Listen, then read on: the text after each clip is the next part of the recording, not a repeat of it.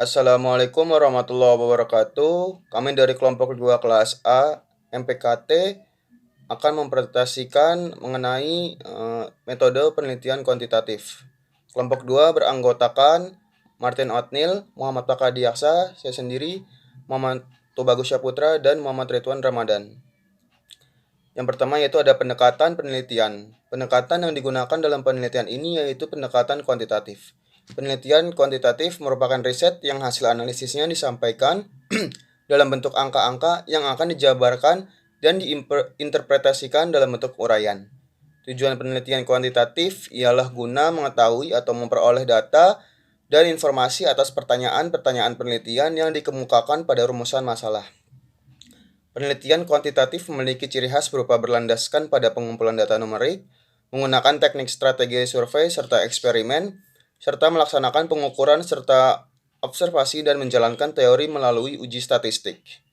Penelitian kuantitatif dapat juga diartikan adalah seperangkat variabel yang saling terkait yang dibentuk menjadi proposisi atau hipotesis yang menentukan hubungan antar variabel, biasanya dalam hal besaran atau arah, menurut Creswell.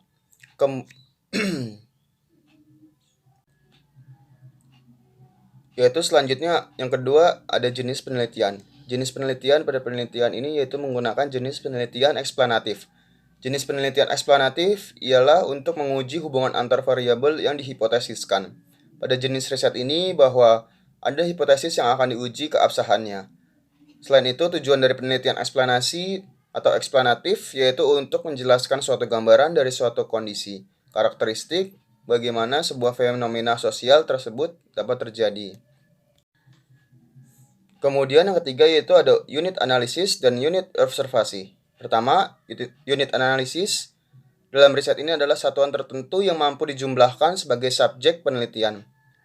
Kemudian yang kedua, unit observasi dalam riset ini adalah kumpulan tertentu yang dapat dijumlahkan sebagai objek penelitian.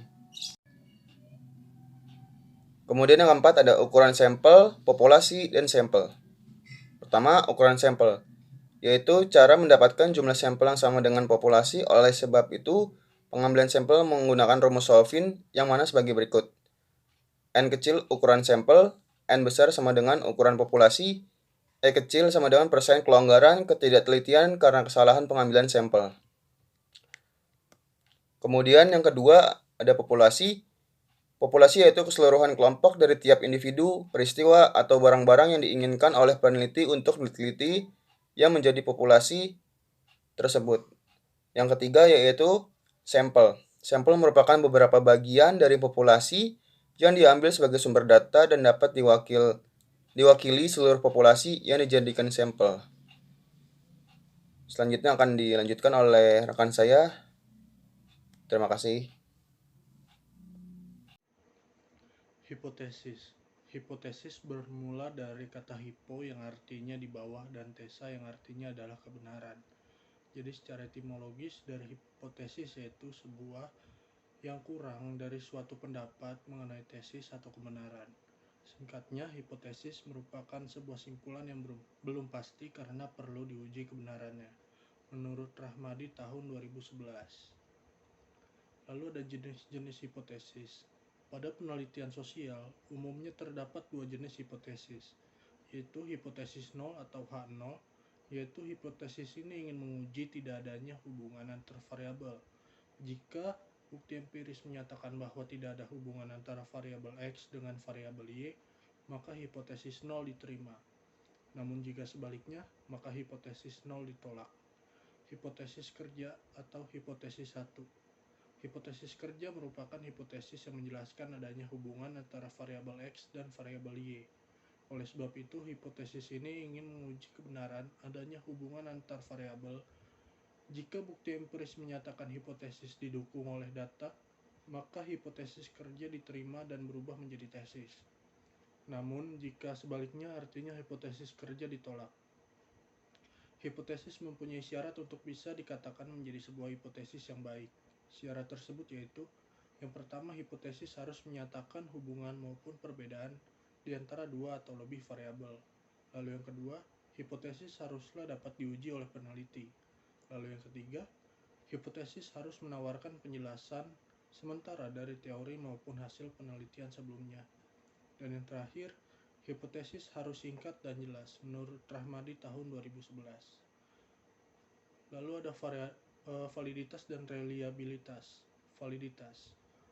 Uji validitas merupakan sebuah pengujian dari instrumen data untuk bisa memahami seberapa cermat sebuah item dalam mengukur hal yang akan diukur.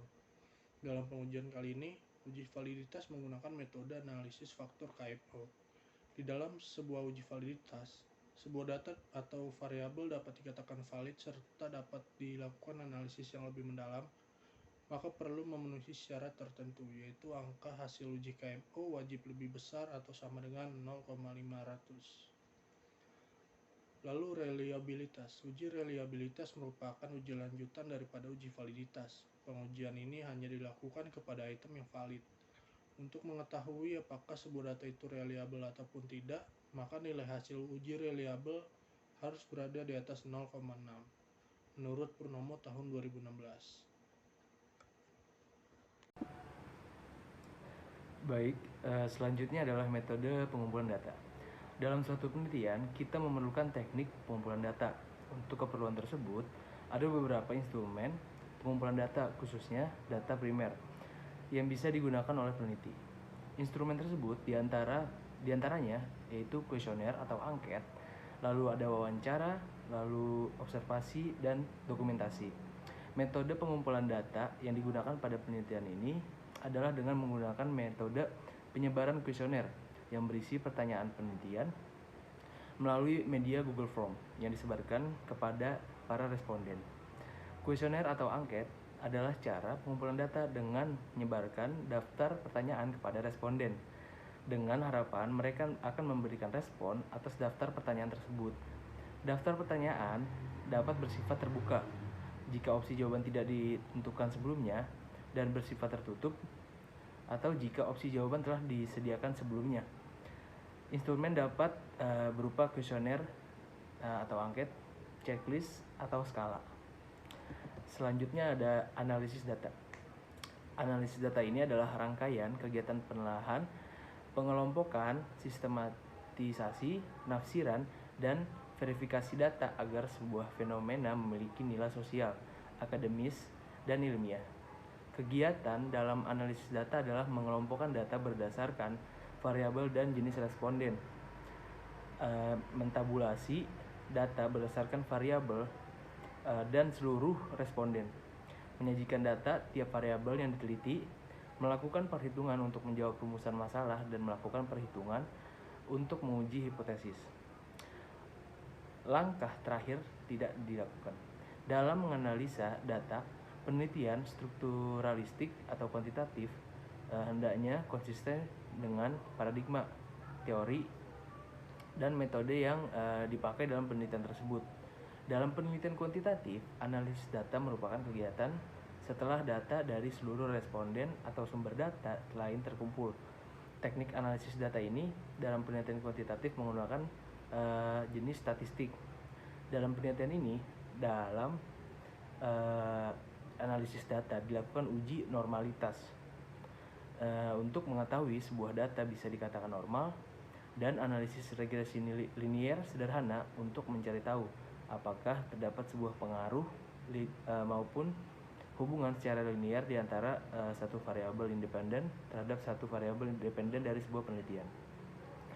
Selanjutnya itu ada definisi operasional. Salah satu unsur yang membantu komunikasi antar penelitian adalah definisi operasional, yaitu merupakan petunjuk tentang bagaimana suatu variabel diukur. Dengan membaca definisi operasional dalam suatu penelitian, seorang peneliti akan mengetahui pengukuran suatu variabel tersebut, sehingga peneliti dapat mengetahui baik buruknya pengukuran tersebut.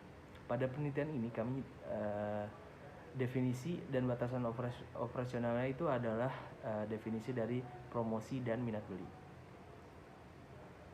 Assalamualaikum warahmatullahi wabarakatuh. Perkenalkan, saya Muhammad Ibnu Ramadan. Saya akan menjelaskan tentang menyebarkan dan wawancara tools of research. Menyebarkan dan wawancara tools of research. Jelaskan dalam buku Creswell 2007 halaman 132 beberapa instrumen atau tahapan wawancara sebagai berikut. Wawancara. Mengidentifikasi wawancara berdasarkan salah satu prosedur pengambilan sampel yang bertujuan yang disebutkan dalam diskusi sebelumnya. 2. Tentukan jenis wawancara apa yang praktis yang akan paling banyak digunakan, seperti wawancara telepon, wawancara kelompok fokus, atau wawancara 1-on-1. 3. Menggunakan prosedur perekaman yang memadai saat melakukan 1-1 atau wawancara kelompok fokus. 4. Rancang dan gunakan protokol wawancara. 5. Perbaiki pertanyaan wawancara dan prosedur lebih lanjut melalui uji coba. 6. Tentukan tempat untuk melakukan wawancara yang bebas dari gangguan. 7. Setelah tiba di lokasi wawancara, dapatkan persetujuan dari yang berwawancara untuk berpartisipasi dalam studi. 8. Selama wawancara, tetap pada pertanyaan, selesaikan wawancara dalam waktu yang ditentukan. Bersikap hormat dan sopan dan ditawarkan beberapa pertanyaan dan saran. Terima kasih. Wassalamualaikum warahmatullahi wabarakatuh.